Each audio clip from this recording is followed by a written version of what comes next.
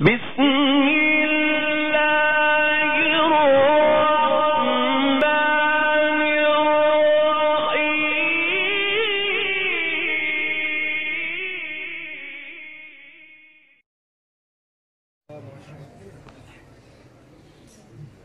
أما بعد فأعوذ بالله من الشيطان الرجيم.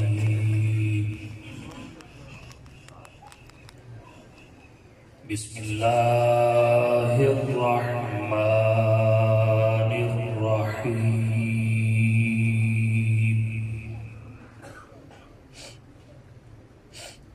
وما أرسلناك إلا رحمة للعالمين.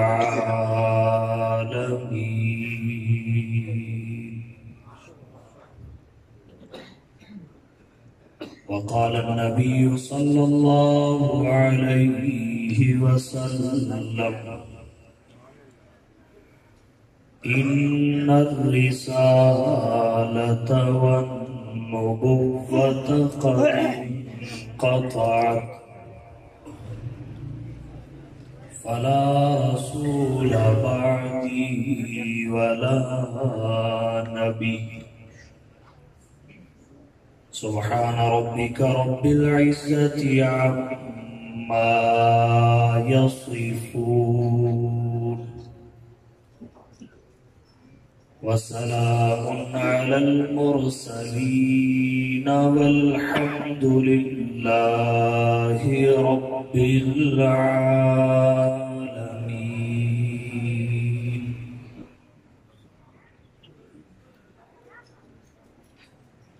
ارباب علم و دانش، اصحاب ذی شعور، احباب فکر و نظر، اہل خرد و عقل،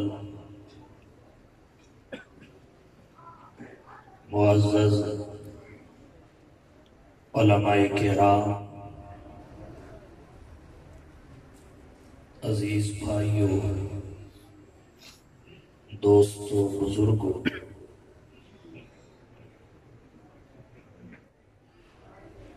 عقیدہ ختم نبوت کے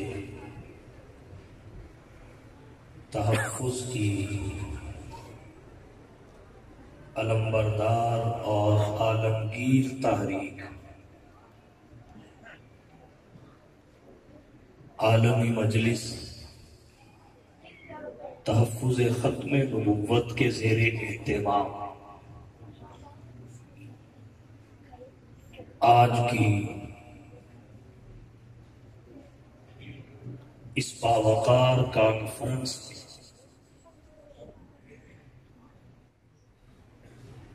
آپ سے گفتگو کا شرف حاصل ہو رہا ہے. مختصر وقت میں چند باتیں آپ کی توجہ کی نظر کروں گا. سب سے پہلے مختصراً ختم نبوت کا مطلب. نمبر 2، عقائد اسلام میں عقیدہ ختم نبوت کی اہمیت. نمبر 3، عقیدہ ختم نبوت کے تحفظ کے لیے امت مسلمہ کی قربانیاں اور کردار. پہلی بات، ختم نبوت کا مطلب اور مفہوم کیا ہے؟ آسان لفظوں میں اللہ تعالیٰ نے انسانیت کے رشد و ہدایت، رہبری اور رہنمائی کے لیے جناب آدم صفی اللہ سے جس سلسلہ نبوت کا آغاز فرمایا، تدریج کے ساتھ حضور کی ذات گرامی پر پہنچا کر اس سلسلے نبوت کی تکمیل فرما. اسی تکمیل کو ختم نبوت کہتے ہیں، اور اس کی دل سے تصدیق کرنا عقیدہ ختم نبوت کہلاتا ہے.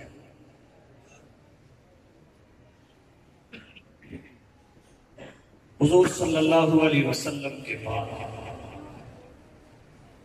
کسی بھی قسم کی نبوت کے تصور کو قبول کرنا ناجائز، گناہ اور حرام نہیں، بلکہ ارتداد اور کفر ہے. حضور صلی اللہ علیہ وسلم بغیر کسی تعویل اور تخصیص کے اللہ کے آخری نبی. آپ کے بعد قیامت تو برپا ہوگی، کسی کو نبوت عطا نہیں ہوگی. بھلے حضرت عیسیٰ علیہ السلام آئیں گے مگر نبوت پہلے عطا. آنا اور ہے، نبی بننا اور.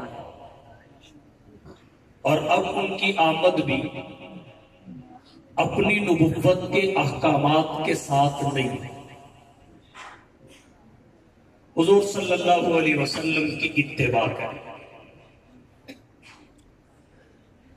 الغرض جیسے ہر شے کی ایک ابتدا ہے، ایک انتہا ہے، بالکل اسی طرح سلسلہ نبوت کی بھی ایک ابتدا ہے، ایک انتہا ہے. بے شک ابتدا آدم صفی اللہ سے ہے، اور انتہا جناب محمد رسول اللہ پہ ہے، اور یہ انتہا و تکمیل ہی ختم نبوت ہے. عقائد اسلام میں عقیدہ ختم نبوت کی اہمیت کیا ہے؟ مختصر الفاظ میں جو عقیدہ توحید کی ہے وہی عقیدہ ختم نبوت کی ہے. اگرچہ عقیدہ توحید کے دلائل بے شمار ہیں مگر وہ محتاج دلیل. بیائی عقیدہ ختم نبوت کے دلائل بھی بے شمار ہیں مگر اس کے باوجود محتاج دلیل. اگر کوئی شخص اللہ کی ذات و صفات پر ایمان رکھتا مگر ذات و صفات میں وحدت کا قائل نہ ہو، ذات و صفات پر ایمان کے باوجود اسے مومن نہیں کہا، مسلم نہیں کہا، اور موحد قرار نہیں دیا جا سکتا. بالکل اسی طرح اگر کوئی شخص حضور کی نبوت، رسالت، حتیٰ کہ افضلیت کا بھی قائل مگر ختم نبوت کا قائل نہ ہو، نبی بھی مانے، رسول بھی مانے، رسولوں میں افضل بھی مانے مگر آخری نہ مانے، تو یہ شخص بھی مومن اور مسلمان نہیں ہو سکتا. بے شک عقیدہ ختم نبوت امت مسلمہ کے اجماعی عقائد میں سے. عقیدہ ختم نبوت امت مسلمہ کے جوڑ اور وحدت کا سبب. یہی تو ختم نبوت ہے جس میں آج تک امت ٹکڑوں میں تقسیم نہیں، گروپ بندی نہیں، اور عقیدہ ختم نبوت کے تحفظ کے اپنی جزوی اور گروہی شناخت پس پشت ڈال کر نبی کا ہر امتی میدان میں ہوتا ہے. دیوبندی کی حیثیت سے نہیں، بریلوی کی حیثیت سے نہیں، غیر مقلد کی حیثیت سے نہیں، سب نبی کے امتی بن کر میدان میں. اور ہم نے اپنی زندگی میں جو دیکھا ہے، خواجہ خواجگاہ حضرت خواجہ خان محمد صاحب رحمت اللہ علیہ کی قیادت میں جب علامہ یوسف بن نوری، مولانا سید عطا اللہ شاہ بخاری اور یہ شخصیات دنیا میں نہیں رہی، تو 1984 سے ساری کی ساری جماعتیں ختم نبوت کے لیے نبی کے امتی بن کر حضرت خواجہ صاحب کی قیادت میں آگے بڑھی، اور پھر وہ آئینی ترمیم جو پاس تو ہوئی تھی مگر اس پہ قانون سازی نہیں ہوئی تھی، اس پہ قانون سازی بھی ہوئی، اور آج وہی قانون سازی مرزائیت کی ہمیشہ کے لیے ذلت و رسوائی کا سبب بن چکی۔ عقیدہ ختم نبوت کے تحفظ کے امت مسلمہ نے جو قربانی دی، توحید کے بعد اس قربانی کی مثال دی، سب سے بڑی اور زیادہ قربانی عقیدہ توحید کے لیے، جس میں انبیاء شہید، امام الانبیاء زخمی ہوئے، در بدر ہوئے۔ عقیدہ توحید کے بعد سب سے بڑی قربانی عقیدہ ختم نبوت کے لیے لگی ہے، اور عقیدہ ختم نبوت کے تحفظ کی جد و جہد کا آغاز اللہ کے نبی نے خود فرمایا۔ جب اسود عنسی دعوی نبوت، اس وقت حضور صلی اللہ علیہ وسلم نے حضرت فیروز دہلوی کو تعاقب کے لیے روانہ کیا، اور پھر انہوں نے ہی اسے واصل جہاں کہ اللہ کے نبی نے آغاز کیا منکرین ختم نبوت کے خلاف جد و جہد، عقیدہ ختم نبوت کے تحفظ کی جد و جہد۔ جناب نبی کریم صلی اللہ علیہ وسلم کی خدمت مسلمہ کذاب بیت اسلام کی غرض سے حاضر، اور یہ شرط رکھا کہ مجھے آپ اپنا خلیفہ نامزد کر یہ نبوت میں میری شرکت کو ظاہر کر۔ جناب نبی کریم صلی اللہ علیہ وسلم نے فرمایا، یہ کھجور کی شاخ جو میرے ہاتھ میں دیکھ رہے ہو، اس سے بھی تمہیں کچھ نہیں دے سکتا، تم نبوت یا خلافت میں شرکت کی بات کرتے ہو۔ اللہ کے نبی صلی اللہ علیہ وسلم نے انکار فرما کر بتایا، مستقلاً دعوی نبوت تو دور کی بات ہے، نبوت میں شرکت کا تصور بھی نہیں ہو سکتا، شرکت کا تصور بھی نہیں ہو سکتا۔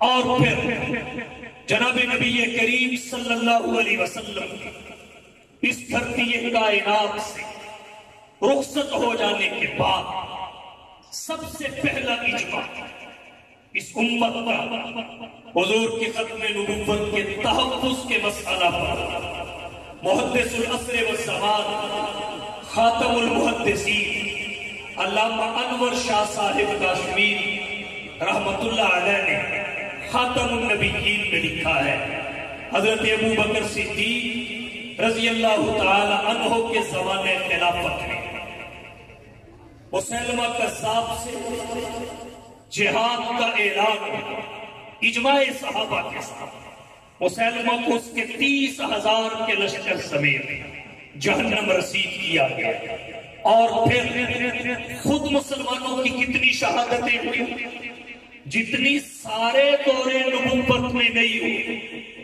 حضور کے دور حیات میں نہیں ہوئی۔ ساری جنگیں شمار کی جائیں، غزوات اور سریات، اور پھر غزوات و سریات سے ہٹ کر اچانک ہونے والی شہادتیں نام بنام گن لی جائیں، مقام بمقام گن لی جائیں، تو وہ 350 کو بھی نہیں ہوتی۔ حضرت قاضی سلیمان منصور پوری رحمت اللہ علیہ نے رحمت للعالمین کی جلد ثانی 213 صفحہ میں ان کی ٹوٹل تعداد 259، ایک کم 60 ذکر ہے، جس میں بدر کے شہداء بھی ہیں، احد کے شہداء بھی ہیں، دیگر جنگوں کے، معرکوں کے، غزوات اور سریات کے شہداء ہیں، اور پھر عام حالات میں ہونے والے شہداء ہیں، لیکن اس کے باوجود تعداد 250 بھی نہیں ہے۔ اور یہ ایک جنگ جو حضرت ابوبکر صدیق رضی اللہ تعالی عنہ کے زمانہ خلافت میں تحفظ ختم نبوت کے لیے لڑی گئی، فقط ایک جنگ کے شہداء کی تعداد 1200 افراد پر مشتمل ہے۔ 1200 صحابہ اور تابعین تحفظ ختم نبوت کے لیے ایک جنگ، ایک میدان میں شہادت کا جام نوش کر گئے، اور پھر ان میں بدری صحابہ کی کثیر تعداد سے 700 سے متجاوز قرآن کے حفاظ اور قراء۔ حضرت عمر کو خدشہ پیدا ہوا کہ اتنی کثیر تعداد میں قرآن کریم کے حفاظ اور قراء دنیا سے رخصت ہو چکے ہیں، حفاظت کو خطرات لاحق ہو سکتے ہیں۔ مجوز بن کر حضرت ابوبکر صدیق رضی اللہ تعالی عنہ کی خدمت میں پہنچے، جمع قرآن کی تجویز پیش کی، جس پہ عمل ہوا۔ قرآن کتابی شکل میں آج ہمارے ہاتھوں میں ہے، تو کثیر تعداد میں 700 سے متجاوز تعداد ہوئی قراء کی جو اس جنگ میں شہید ہوئے۔ یہ عقیدہ ختم نبوت کے تحفظ کے لیے قربانیوں کی ایک حقیقت ہے۔ عقیدہ توحید کے بعد سب سے زیادہ قربانی جس کے تحفظ پہ لگی وہ یہ ختم نبوت کا تحفظ ہے۔ پھر جناب نبی کریم صلی اللہ علیہ وسلم کے صحابہ کے بعد اگر تابعین کو دیکھا جائے تو حضرت عبداللہ بن صوف ان کو دہکتے انبار میں ڈالا گیا، مگر اللہ نے ختم نبوت کی برکات امت کو دکھائی، ختم نبوت کا صبر امت کو دکھایا کہ اللہ نے جیسے نار کو ابراہیم پر گلزار کر دیا تھا، ویسے ہی عبداللہ بن صوف پر اسود انسی کی دہکائی ہوئی آگ نہیں رہی، بلکہ وہ جنت کا باغ بن گئی، اور ان کی ایسے ہی اللہ نے حفاظت فرمائی جیسے اپنی توحید کے لیے قربانی کا جذبہ لے کر پڑھنے والے کی حفاظت کی۔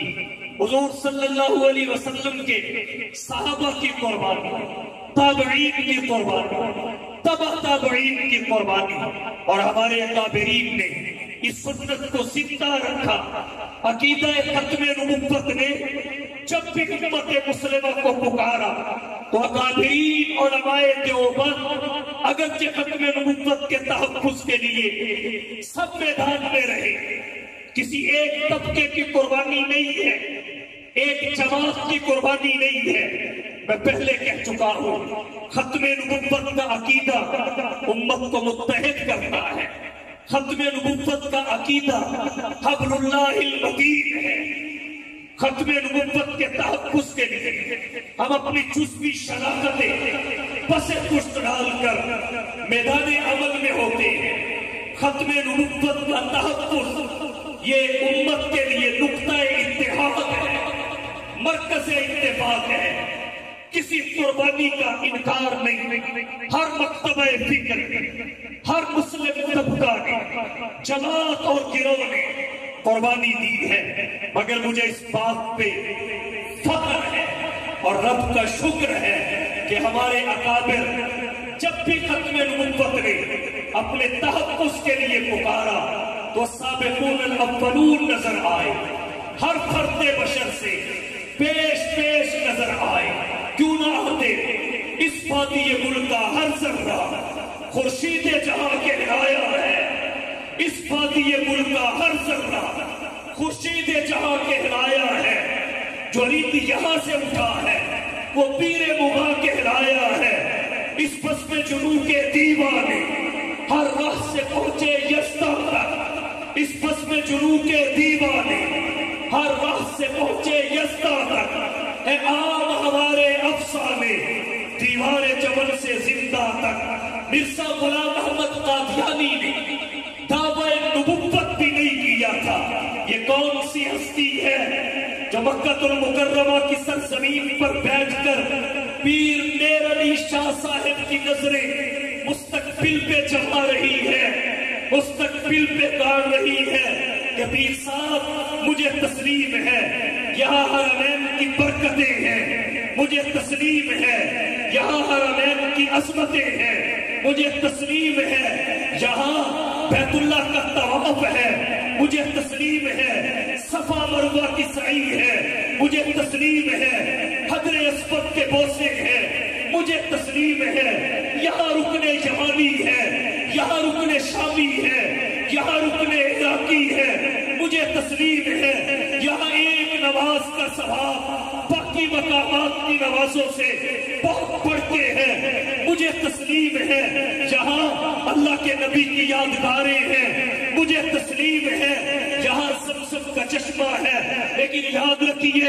ان ساری عظمتوں اور سعادتوں کا سبب حضور سرور کونین ساقی کوثر شافی معاشر ہادی اور رہبر صلی اللہ علیہ وسلم کی ذات گرامی ہے۔ اور میں محسوس کر رہا ہوں کہ آنے والے وقت میں ہندوستان کی سرزمین پہ ایک فتنہ نمودار ہونے والا ہے، اس لیے آپ سے درخواست یہ ہے آپ واپس چلے جائیے، ہندوستان کی سرزمین پہ مورچہ زد ہو جائیے۔ اگر آپ وہاں بیٹھے بھی رہے تو اللہ تعالیٰ نے آپ میں جو روب رکھا ہے اس کی برکت سے وہ فتنہ ظاہر بھی ہو گیا تو مضبوط نہیں ہو سکے گا۔ پیر میر علی شاہ صاحب فرماتے ہیں مجھے حاجی امداد اللہ صاحب نے اس وصیت میں جس فتنے کی طرف اشارہ کیا وہ فتنہ قادیانیت تھا۔ اب اسے کیا کہوں کہ فتنہ ظاہر نہیں ہوا، ہمارے اکابر پہلے سے مستعد ہیں،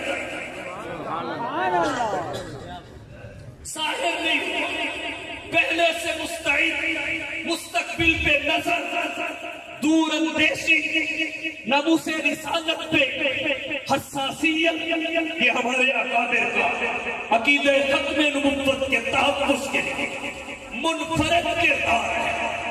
پیر میر علی شاہ صاحب کی بڑی خدمات ہیں عقیدہ ختم نبوت کے تحفظ کے لیے، مگر ہمیں فخر اس بات پہ ہے کہ پیر صاحب کو یہ راستہ مورے سے آدھا حضرت حاجی امداد اللہ صاحب مہاجر مکی رحمت اللہ علیہ نے بتایا، اور پھر اس سے آگے مرزا غلام محمد قادیانی نے لمحہ اول میں دعوی نبوت نہیں کیا، تدریج کے ساتھ آگے بڑھا، چھوٹے موٹے دعوے پہلے کرتا رہا، ابھی وہ چھوٹے موٹے دعووں کے دور سے گزر رہا تھا، چھوٹے موٹے دعووں کے دور سے۔